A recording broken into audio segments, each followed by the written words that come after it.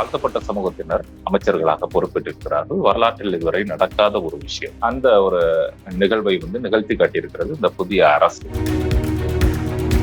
தமிழகத்திற்கு தேவையான ஒரு விஷயம், தாழ்த்தப்பட்ட சமூகத்திற்கான பிரதிநிதித்துவத்தை குறித்து யோசிப்பது. இது அரசியலின் வளர்ச்சின்னே சொல்லலாம். தமிழ்நாட்டு அரசியலின் வளர்ச்சி தொடர்ச்சியாக பேசப்பட்டு கொண்டிருக்கக்கூடிய ஒரு இது. தாழ்த்தப்பட்ட மக்களுக்கான அங்கீகாரம் என்பது தொடர்ச்சியாக பேசப்பட்டு கொண்டிருக்கிறது. அதோட விளைவாக இது அமைந்திருக்கு.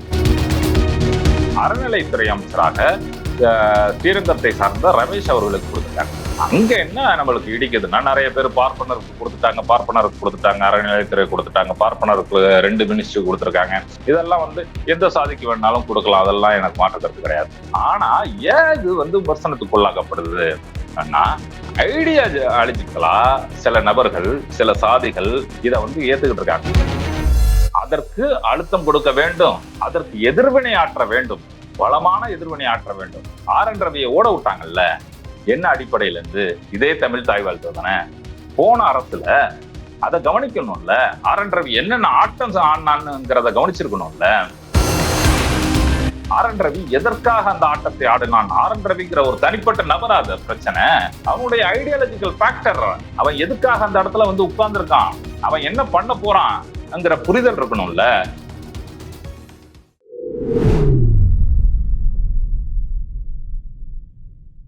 வணக்கம் மக்களே, நான் உங்கள் மது, கோப்பாசையிலிருந்து. இன்று நம்மோட அரசியல் கலந்துரையாடலுக்கு இருந்திருப்பவர் தமிழ் தேச மக்கள் முன்னணியினுடைய ஒருங்கிணைப்பாளர் ஒருவர் திரு அருண் சோரி அவர்கள். சார் வணக்கம். சார் வணக்கம். தமிழ்நாடு அமைச்சரவை 35 பேர் கொண்ட அமைச்சரவை முழுவதுமாக பொறுப்பேற்றிருக்கிறாங்க. அமைச்சரவையினுடைய ஃபர்ஸ்ட் இம்ப்ரெஷன் அப்படிங்கிறது எப்படிங்க சார் இருக்கு உங்களுடைய பார்வையில? முதல்ல இந்த அமைச்சர்களுக்கு, புதியதாக பொறுப்பேற்றிருக்கக்கூடிய அமைச்சர்களுக்கு எனது வாழ்த்துக்களை தெரிவித்துக் கொள்கிறேன். உங்களுடைய கடமையை இந்த மக்களின் நலனிலிருந்து பார்த்து உங்கள் கடமைகளை ஆற்ற வேண்டும் என்ற கோரிக்கையை வைக்கிறேன். அதை தாண்டி ஒரு பரபரப்பா பேசக்கூடிய ஒரு விஷயம் 7 அமைச்சர்கள் இன்னைக்கு தலித் சமூகத்திலிருந்து, தாழ்த்தப்பட்ட சமூகத்திலிருந்து பொறுப்பேற்றிருக்காங்க. இதுவரை வரலாற்றில் நடக்காத ஒரு நிகழ்வு. ஆமா, 8 பேர் தோழர் வன்னியரசோட இணைத்து 8 பேர் கொண்ட தலித் தாழ்த்தப்பட்ட சமூகத்தினர் அமைச்சர்களாக பொறுப்பேற்றிருக்கிறார்கள். வரலாற்றில் இதுவரை நடக்காத ஒரு விஷயம். அந்த ஒரு நிகழ்வை நிகழ்த்தி காட்டியிருக்கிறது இந்த புதிய அரசு. அதற்கு பல்வேறு காரணங்கள் இருக்கலாம். அதெல்லாம் இது அரசியல் நலன், ஓட்டு நலன், இதுக்கான ஒரு கேஸ்ட் ஒரு பின்புலமாக வைத்து ஒரு அரசை கட்டமைப்பது, இது மாதிரி பல்வேறு விமர்சனங்கள் வெளியில இருந்து வந்தாலும் இதுவரை நடக்காத ஒரு விஷயம், தமிழகத்திற்கு தேவையான ஒரு விஷயம், தாழ்த்தப்பட்ட சமூகத்திற்கான பிரதிநிதித்துவத்தை குறித்து யோசிப்பது. இது அரசியலின் வளர்ச்சின்னே சொல்லலாம். தமிழ்நாட்டு அரசியலின் வளர்ச்சி தொடர்ச்சியாக பேசப்பட்டு கொண்டிருக்கக்கூடிய ஒரு இது. தாழ்த்தப்பட்ட மக்களுக்கான அங்கீகாரம் என்பது தொடர்ச்சியாக பேசப்பட்டு கொண்டிருக்கிறது. அதோட விளைவாக இது அமைஞ்சிருக்கு. அதை பொறுத்த வரைக்கும் ஒரு நல்ல விஷயம், பாராட்டக்கூடிய விஷயம். நாம் வாழ்த்துக்களை பகிர்ந்து கொள்கிறோம். அதுலயும் தோழர் வன்னியரசு போன்றவர்கள் போன அமைச்சரவையில், திமுக அமைச்சரவையில் எத்தனை பேர் இருந்தாங்க? அதிகபட்சம் 4 வரைக்கும் இருந்தாங்க. அது அப்பப்ப மாறிட்டு இருந்தாங்க. 2 to 3 நபர்கள் பொறுப்பேற்றிருக்கிறார்கள். பெரிய அளவுல இந்த 7ங்கிற அளவிலான பிரதிநிதித்துவம்லாம் இது வரைக்கும் வந்தது கிடையாது. மேக்சிமம் 4 வரைக்கும் வந்திருக்கு. அது தாண்டினது கிடையாது. வேற கவனிக்க வேண்டிய விஷயங்கள், விமர்சனத்திற்குள்ளாக விஷயங்கள் உங்களுக்கு பார்வையில் எதுவும் இருக்குதா? பாராட்டுகள் மட்டும்தான். இந்த பாராட்டுகளை சொல்ல வேண்டிய அதே நேரத்துல ஒரு விஷயம், விமர்சனமான விஷயம் ஒண்ணு இருக்கு. நெருடலான ஒரு விஷயம் இருந்தது. இதுல நாம இந்த பிரதிநிதித்துவத்தை கொடுக்கறது இதோட முடிஞ்சு போயிடுறது கிடையாது. உனக்கான இந்த சீட்ஸை ரிசர்வ் பண்ணிட்டேன், உனக்கான சீட்ஸை கொடுத்துட்டேன், உனக்கான பிரதிநிதித்துவத்தை கொடுத்துட்டேன், அதோட முடிஞ்சு போயிடுறது கிடையாது. ஒரு அரசோட செயல்பாடுங்கிறது ஒரு ஐடியாலஜிக்கல் ஃபேக்டர்ல இருந்து நிற்கும். எந்த அடிப்படையில இந்த 8 அமைச்சர்களுக்கு தாழ்த்தப்பட்ட சமூகத்திலிருந்து கொடுத்தார்கள் என்பது ஒரு நமக்கு மகிழ்ச்சியான விஷயமாக இருந்தாலும், அது ஒரு ஐடியாலஜிக்கல் ஃபேக்டர்ல இருந்து கொடுத்தாங்களா, இல்ல தனக்கான ஒரு கேஸ்ட் மேனிபுலேஷனை உருவாக்குறதுக்கு முயற்சி பண்றாங்களா, தனக்கான ஒரு ஸ்டாண்டர்டான ஒரு கேஸ்ட் பேக்ரவுண்டை உருவாக்குறதுக்கான முயற்சி எடுக்கிறாங்களா, ஓட் ஷேரிங்காக, இதெல்லாம் ஒரு கேள்வியா இருக்கு. இந்த ஐடியாலஜிக்கல் ஃபேக்டர்ங்கிற இடத்துல வரும்போது இன்னொரு அமைச்சர் கொடுத்திருக்காங்க. அறநிலைத்துறை அமைச்சராக ஸ்ரீரங்கத்தை சார்ந்த ரமேஷ் அவர்களுக்கு கொடுத்துருக்காங்க. அங்க என்ன நம்மளுக்கு இடிக்குதுன்னா, நிறைய பேர் பார்ப்பனருக்கு கொடுத்துட்டாங்க, அறநிலையத்துறை கொடுத்துட்டாங்க, பார்ப்பனருக்கு 2 மினிஸ்ட்ரி கொடுத்துருக்காங்க. இதெல்லாம் வந்து எந்த சாதிக்கு வேணாலும் கொடுக்கலாம், அதெல்லாம் எனக்கு மாற்று கருத்து கிடையாது. ஆனா ஏன் இது விமர்சனத்துக்குள்ளாக்கப்படுது ஆனா, ஐடியாலஜிக்கலா சில நபர்கள், சில சாதிகள் இத ஏத்துக்கிட்டு இருக்காங்க. ஒரு பார்ப்பனராக இருந்தால் கூட சாதி ஒழிப்ப பேசக்கூடிய நபர்கள் இருக்கிறாங்க. அதே நேரத்துல வர்க்க போராட்டத்தில் பங்கெடுத்த பார்ப்பனர்கள் இங்க இருக்காங்க இந்த மண்ணுல. ஆனா இங்க அவங்களோட ஹிஸ்டரி என்னவா இருக்கு, அவங்களோட ஐடியாலஜி என்னவா இருக்குன்னு பார்த்தா, இந்த ரமேஷ் ஏற்கனவே பல ட்வீட்டுகள் போட்டிருக்காங்க, பதிவுகள் போட்டிருக்காரு. அதுல எல்லாத்துலயும் RSS நெடி பயங்கரமா அடிக்குது. RSS ஓட அடிப்படையான பிரச்சாரம் இவர்கிட்ட இன்ஃப்ளூயன்ஸ் ஆயிருக்கு. அந்த இன்ஃப்ளூயன்ஸ்ல இருக்கக்கூடிய நபர் என்ன பண்ணுவாருங்கிறது தான் இப்ப கேள்வி. இந்த அறநிலைத்துறை எதுக்காக உருவாக்கப்பட்டது? ஒரு சாதியிடம் ஒட்டுமொத்தமாக கோயில் சொத்துக்களும் நிலங்களும் அடைபட்டு கிடக்கிறது. அவர்கள் இதை கபாலிகரம் செய்து கொண்டிருக்கிறார்கள். முறையான கணக்கு வழக்குகள் வருவதில்லை. நாம இன்னைக்கு கூட பார்க்கலாம், ஒரு குறிப்பிட்ட சாதி கையில இருக்கக்கூடிய சிதம்பரம் நடராஜர் கோயிலோட கணக்கு வழக்கு என்ன, அதுக்குள்ள நுழைய முடியல, அரசாங்கத்தால் நுழைய முடியலங்க. ஆதிக்கம் பலமா இருக்குங்க, அவங்க வச்சதுதான் சட்டமா இருக்குங்க. அந்த ஐடியாலஜிக்கோட அதை கட்டுப்படுத்துவதற்கான துறையாக உருவாக்கப்பட்ட அறநிலைத்துறைக்குள்ள அதே ஐடியாலஜி உள்ள ஒரு நபர் உட்கார்ந்தா என்ன நடக்குங்கிறத கேள்வி. இங்க தமிழில் குடமுழக்குங்கிறது ஆண்டாண்டு காலமாக போராடி பெற்ற உரிமை. அது அவர்களுக்கு பிடிக்காது. அனைத்து சாதியினரும் அர்ச்சகராக வேணுங்கிறது அறவே வெறுக்கப்படக்கூடிய விஷயமாக அவருடைய ஐடியாலஜி இருக்கிறது. இவருடைய தாவேக தமிழக வெற்றி கழகத்தோட ஐடியாலஜிக்கல் நபர்களாக பெரியாரும் அம்பேத்கரும் படங்கள்ல போடப்பட்டாலும், பெரியாரை வெறுக்கக்கூடியவராக, பெரியாரை ஏசக்கூடியவராக, பெரியாரை ரொம்ப கீழ்த்தரமாக விமர்சிக்கக்கூடிய நபராக இவருடைய ரமேஷுடைய பதிவுகள் இருந்து கொண்டிருக்கிறது. அப்ப இந்த சமூக நீதி, இந்த ஃபேக்டர், இது எல்லாத்தையும் வெறுக்கக்கூடிய நபர் ஒரு பொறுப்புல போய் உட்கார்ந்து இருக்காரு. ஒரு முக்கியமான பொறுப்பு அறநிலைத்துறைங்கிற பொறுப்பு.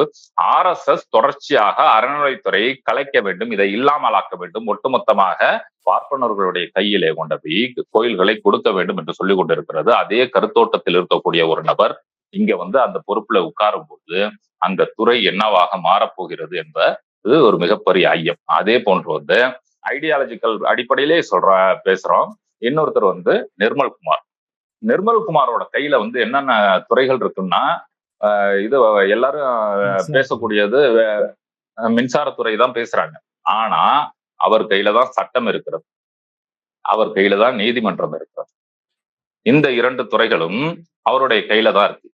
இன்னைக்கு பிஜேபி ஒட்டுமொத்தமா சட்டத்தை கையில எடுத்துட்டாங்க, நீதிமன்றங்களை கையில எடுத்துட்டாங்க. நீதிமன்றங்களை வைத்துதான் எல்லா ஆட்டங்களையும் ஆடிக்கொண்டிருக்கிறார்கள். திருப்பரங்குன்றத்தை நீதிமன்றத்தின் வச்சுதான் ஆட்டம் ஆடிக்கொண்டிருந்தார்கள். இவர்களிடம் எந்த ஒரு அரசியல் பின்புலமும் இல்லாத, அமைப்பு பின்புலமும் இல்லாத காலகட்டத்தில் GR சாமிநாதன் என்ற ஒரு நீதிபதியை வைத்துக் கொண்டு திருப்பரங்குன்றத்தில் அத்தனை ஆட்டம் ஆட்டினாங்க.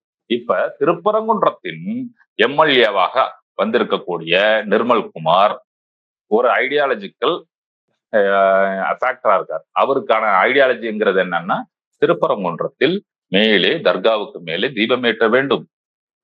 அவருடைய ஐடியாலஜி என்னன்னா, திருப்பரங்குன்றத்திற்கு மலையில இருக்கக்கூடிய தர்காவை இடித்து தள்ள வேண்டும்.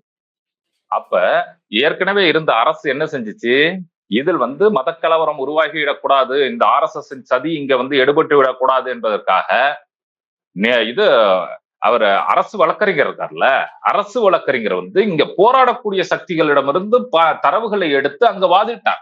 அப்ப அந்த அரசு வழக்கறிஞர்களுக்கான இன்புட்ஸ கொடுக்கிறது யாரு? இந்த சட்டத்தையும் நீதிமன்றத்தையும் கையில வைத்திருக்கக்கூடிய அமைச்சர். நீ எப்படி வாதிடணும், என்ன பேசணும், என்ன மாதிரியான டிசிஷனை நோக்கி நகரணுங்கிறது. அப்ப இந்த இடத்துல ஒரு முக்கியமான கேள்வி, எந்தெந்த சிக்கல்களில் எல்லாம் அவர் என்ன முடிவெடுக்க போகிறார் என்பது மிகப்பெரிய அச்சமாக இருக்கிறது. இது போன்ற ரமேஷாக இருக்கட்டும், நிர்மல்குமாரா இருக்கட்டும், அவங்க ஒரு சித்தாந்த ஃபாலோ பண்ணவங்களா இருந்தாலும் கூட கட்சியில இணைந்ததுக்கு பிறகு அயரார்க்கியா இருக்கக்கூடிய விஜய் தான் இருக்காரு, அந்த TVK கட்சி தான் இருக்குது. அதை சார்ந்துதான் இயங்க முடியும். தனித்து அவங்களால இயங்கிட முடியாது. கண்டிப்பா இயங்க முடியாதுங்க. கண்டிப்பா தனியா முடிவெடுக்க முடியாதுங்கிறதெல்லாம் வாஸ்தவம் தான். ஆனா ஒரு ஸ்ட்ராங் ஐடியாலஜிக்கல் பேக்ரவுண்ட் விஜய்கிட்ட இருக்காங்கிறதான கேள்வி. அந்த ஸ்ட்ராங் ஐடியாலஜிக்கல் பேக்ரவுண்ட் விஜய்கிட்ட இல்லாத பட்சத்தில் இப்படிப்பட்ட நபர்கள் எவ்வளோ சூசகமாக அவருக்கு பார்வைக்கு எட்டாத மாதிரியான எவ்வளவு தந்திரமான முடிவுகளை எடுப்பார்கள் என்பதுதான் நம்மளுடைய ஐயமாக இருக்கிறது. அவருக்கு ஒரு ஐடியாலஜிக்கல் ஃபேக்டர் இருக்கு. அதாவது சொல்ல போனா தமிழ்நாடு எல்லாத்துக்கும் டக்கு டக்கு டக்கு டக்குன்னு ரியாக்ட் பண்ணுங்க. மத்திய அரசோட எந்த திட்டங்கள் வந்தாலும் அந்த திட்டங்களுக்கு மத்த மாநிலங்கள்லாம் யோசிச்சுட்டு இருந்த அந்த காலகட்டத்துல தமிழ்நாடு டக்குன்னு போடுவாங்க.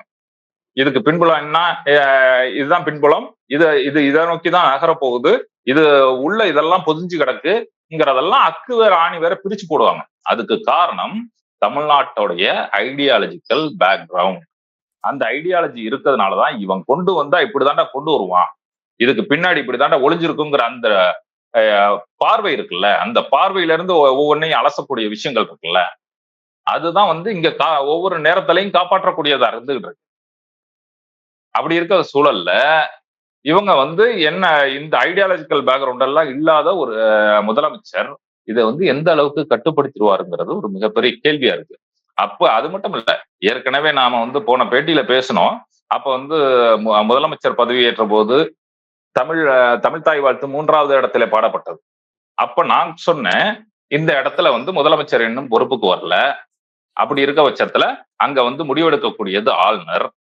என்ன ஒரு விஷயம் வெளியில முதலமைச்சர் பேசியிருக்கலாம், சட்டமன்றத்தில் அது குறித்து பேசியிருக்கலாம், இல்லது அவர்கள் கட்சி நிலைப்பாடாக தெரிவித்திருக்கலாம். அதுக்கெல்லாம் அப்பாற்பட்டு அந்த நேரத்துல ராஜ்மோகன் பேசிக்கிட்டு இருந்தாரு.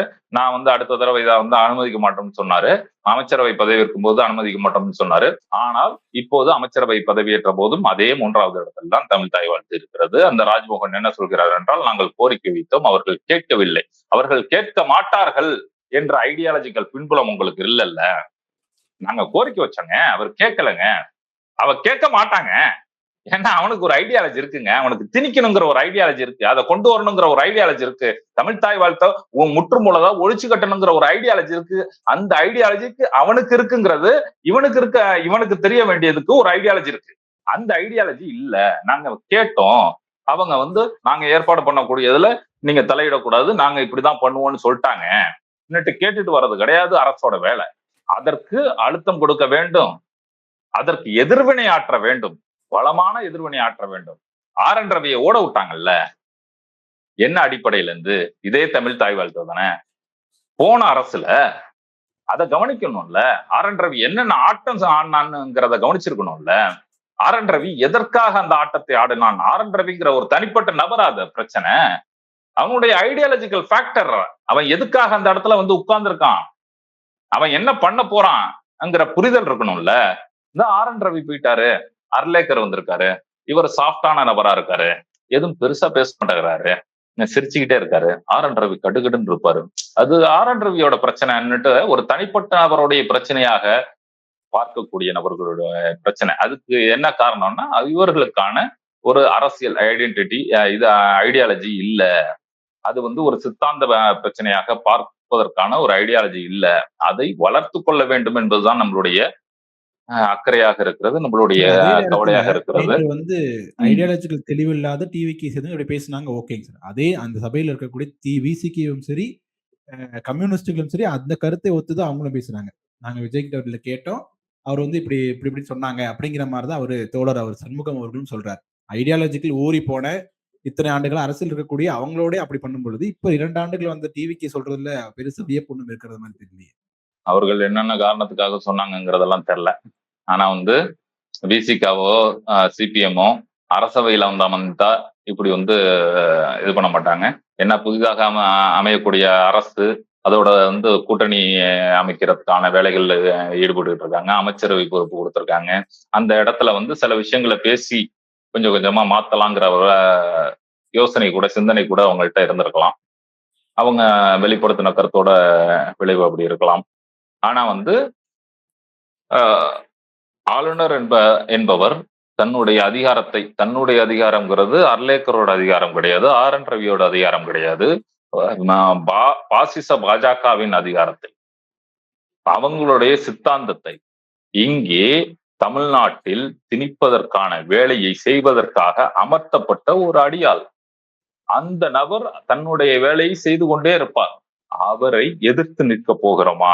அவரை எதிர்ப்பது என்பது பாசிச அரசதிகாரத்தை எதிர்ப்பது. நாளை இந்த நாட்டில் ஒரு மிகப்பெரிய பாசிசம், மக்களை கொன்று குவிக்கக்கூடிய ஒரு பாசிசம் ஆட்சி அதிகாரத்தில் அமர்ந்துவிடக்கூடாது, ஒட்டுமொத்தமாக முழு பலத்தோடு அமர்ந்து விடக்கூடாது என்பதற்கான ஒரு பார்வை. அந்த பார்வை இவர்களிடம் இருக்கிறதா? ஒவ்வொரு விஷயத்திலையும் அதற்கான வேலையை செய்தாக வேண்டும். இல்லைன்னா இயல்பா மாறிடுங்க. முதல் நாள் கேட்கல, முதலமைச்சர் ஆகும்போது, அமைச்சரவை ஆகும்போது கேட்கல, அதுக்கான வினையாற்றல. அப்ப இது இயல்பான விஷயம் தான். வந்தே மாதரம் தான் முதல்ல பாடணும். மரபு 2 இதில் தாண்டினதுக்கு பிறகு அது மரபாகி போயிடும்ல. 60 ஆண்டு காலமாக கடைபிடித்த மரபு என்பது மாற்றப்பட்டு இருக்கிறது. அந்த மாற்றப்பட்ட மரபு என்பது 2, 3 தடவை அப்படியே கண்டினியூ ஆனிச்சுன்னா இது மரபாகி போயிடும். இதுதானே நம்ம மேல நம்மள்ட்ட இருக்கக்கூடிய அச்சம். நாம முதல் நாள் சொன்னோம்ல.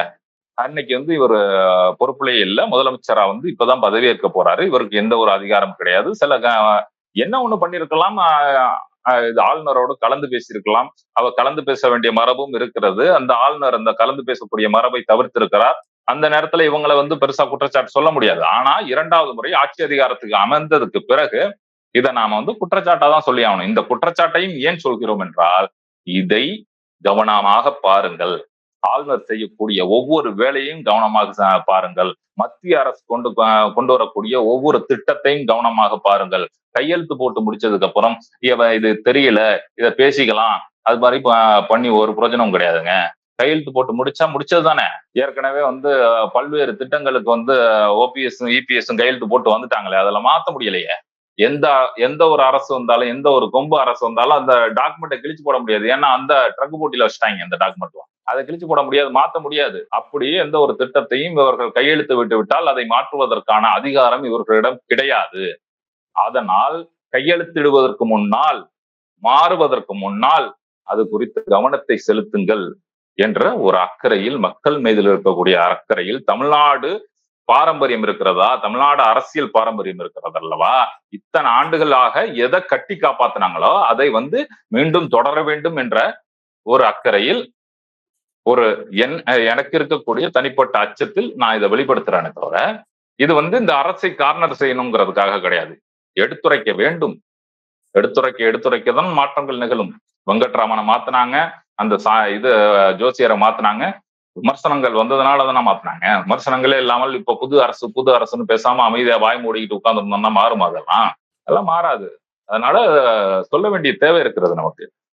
இப்போ இலாக்கா ஒதுக்கீட்டுல பார்க்கும் பொழுது நீங்க முதல்ல சொன்ன மாதிரி ரமேஷ் அவர்களுக்கு அறநிலைத்துறை அப்படிங்கறத பாக்குறோம். இப்ப வன்னியரசுக்கு பாத்தீங்கன்னா ஆதிதிராவிட நலத்துறை கொடுத்திருக்காங்க. ஐயுஎம்எல் அந்த கட்சிக்காரருக்கு சிறுபான்மை நலத்துறை அப்படிங்கிறது கொடுத்திருக்காங்க.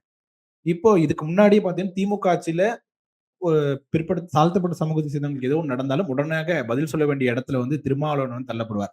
என்ன நீங்க கூட்டணி இருக்கீங்க, கேட்க மாட்டீங்களா அப்படிங்கிற மாதிரி இடம். அவரு ஃபர்ஸ்ட் கொஸ்டின் அவர்கிட்ட தான் கேட்பாங்க. இப்ப அமைச்சரவை அந்த அமைச்சர் இதே அந்த இலாக்காவே இவங்ககிட்ட தான் இருக்கு அப்படிங்கும் பொழுது இது ஒரு சேஃப்கார்ட் பண்ற மாதிரி ஆயிருமா? கட்சிக்கு ஒரு தடுப்பு இது போல இருந்திருமா இந்த உங்களுடைய அந்த இலாக்கா ஒதுக்கீடு அப்படிங்கிறது? அப்படி கூட சிந்திச்சு வச்சிருக்கலாம். என்னன்னா நாம இந்திய வரலாற்றுல சில சம்பவங்களை பார்க்க வேண்டிய தேவை இருக்கு. ஒரு இஸ்லாமியர் அப்துல் கலாம் பிரசிடண்டா இருந்த போதுதான் குஜராத்திலே மிகப்பெரிய படுகொலை நடந்தது. 2000 இஸ்லாமியர்கள் படுகொலை செய்யப்பட்டார்கள். அதே நேரத்துல திரௌபதி முர்மு ஒரு பழங்குடியின பெண் இது பிரசிடண்டா உட்கார்ந்து இருக்கும் போதுதான் அங்கே நரவேட்டை நடந்து கொண்டிருக்கிறது. கிட்டத்தட்ட ஒழிச்சு கட்டிட்டாங்க. பெரிய பெரிய முதலாளிகளுக்காக சத்தீஸ்கர் தாண்டேவாடா காடுகளை அழிப்பதற்கான வேலையை செய்து அங்க இருக்கக்கூடிய பழங்குடிகளை கொன்னு குவிச்சு அவர்களை நகரத்திற்கு ஷிஃப்ட் பண்ணி விரட்டி அவங்களோட இருப்பிடங்களை காலி பண்ணி எல்லா வேலையும் பண்ணி முடிச்சிட்டாங்க. திரௌபதி முர்மு என்ற ஒரு பழங்குடி பெண் பிரசிடண்டா இருக்கக்கூடிய நேரத்துலதான். அதே மாதிரி இதுக்கு முன்னாடி இந்த கோவிந்த் பன்சரை அவரு பிரசிடண்டா இருந்த காலகட்டங்கள்ல தலித்துகளுக்கான சட்ட உரிமைகள் நிறைய மறுக்கப்பட்டுச்சு. இப்படியான ஒரு ஆட்சியாக இது மாறிவிடக் கூடாது என்ற நம்ம ஒரு அச்சம் இருக்கிறது. அதற்காக இப்படிதான் நடக்கும் என்று சொல்லிட முடியாது. ஒரு கருத்து கூட இருக்கலாம். இது மாதிரி ஏற்கனவே இந்த துறைகள்ல தொடர்ச்சியாக வேலை செய்து கொண்டிருக்கக்கூடிய நபர்கள் இங்கே பொருந்தினால் சரியாக இருக்கும் என்ற ஒரு கருத்து கூட அவர்களிடம் இருக்கலாம். அதை காலம்தான் சொல்லும். ஆனால் அப்படி மாறிவிடக் கூடாது என்ற ஒரு ஐயம் இருக்கிறது. இவர்கள் அப்படி விடமாட்டார்கள். போராட்ட களத்திலே தொடர்ச்சியாக இருந்த தோழர்கள் அப்படி விடமாட்டார்கள் என்ற நம்பிக்கையும் இருக்கிறது. பார்ப்போம். இது இப்ப கூட்டணி அமைச்சரவை அப்படிங்கிறது அடுத்த 5 ஆண்டுகள் இருக்க போகுது. 1952க்கு பிறகு இது இப்ப சாத்தியமாயிருக்குது. எப்படி இருக்கும் எதிர்பார்க்கலாம்? இது ஒரு புதிய ஆட்சி அதிகாரம். ஏற்கனவே இருக்கக்கூடிய பழைய ஃபார்முலாஸ் அடிப்படையில இத வந்து டெரைவ் பண்ணி பார்த்துற முடியாது. இங்க எல்லாமே வந்து தன்னுடைய கட்டுப்பாட்டில் இருக்கக்கூடிய தான் தான் வந்து பவர் சென்டர்ன்னுட்டு ஏற்கனவே அறிவிச்சிருக்காரு. அந்த பவர் சென்டர்ங்கிறது வந்து ஆட்சி அதிகாரத்திலயும் இருக்க போகிறதா? கட்சிக்குள் மட்டும் தான் இருக்க போகிறதா? இல்ல வாய் வார்த்தைகள்ல தான், சவடால்கள்ல தான் இருக்க போகுதாங்கிறது வந்து போக போக தான் பார்க்கணும். அப்படி பவர் சென்டராக இருக்க பட்சத்துல அவர் தான் எல்லாத்தையும் தீர்மானிக்கக்கூடிய நபராக இருந்தால், அவருக்கான ஒரு ஐடியாலஜிக்கல் ஃபேக்டர் இருக்கணும். அந்த ஐடியாலஜிக்கல் ஃபேக்டர் இதுவரைக்கும் நம்மளுக்கு தெரியல. கண்ணுக்கு தெரியல. நாம இது அவர் வந்து அந்த ஐடியாலஜிக்கல் ஃபேக்டர்ல இதுவரைக்கும் பேசல. அந்த ஐடியாலஜிக்கல் ஃபேக்டர் இருந்துச்சுன்னா, ஒருவேளை அது இல்லாட்டி கூட, ஏற்கனவே இந்த துறைகள்ல வேலை செய்து கொண்டிருக்கக்கூடிய அறிவுஜீவிகள் இவர்கள் எல்லாம் இருக்கிறார்கள். இவர்களை வந்து கொண்ட ஒரு ஆலோசனை குழுவை உருவாக்கலாம். ஆனா அந்த ஆலோசனை குழுக்களும் வந்து இன்னும் பெரிய சொல்ற மாதிரியான ஆலோசனை குழுக்கள் இங்க அமைக்கப்படல. அரசோட ஆலோசகர்களாக யாரெல்லாம் அமைக்கப்படுகிறார்கள் என்றால், திமுக அரசுல வந்து ஏற்கனவே வந்து நிறைய பொருளாதார அறிஞர்களை வந்து அரசின் ஆலோசகர்களாக அமர்த்தினார்கள்.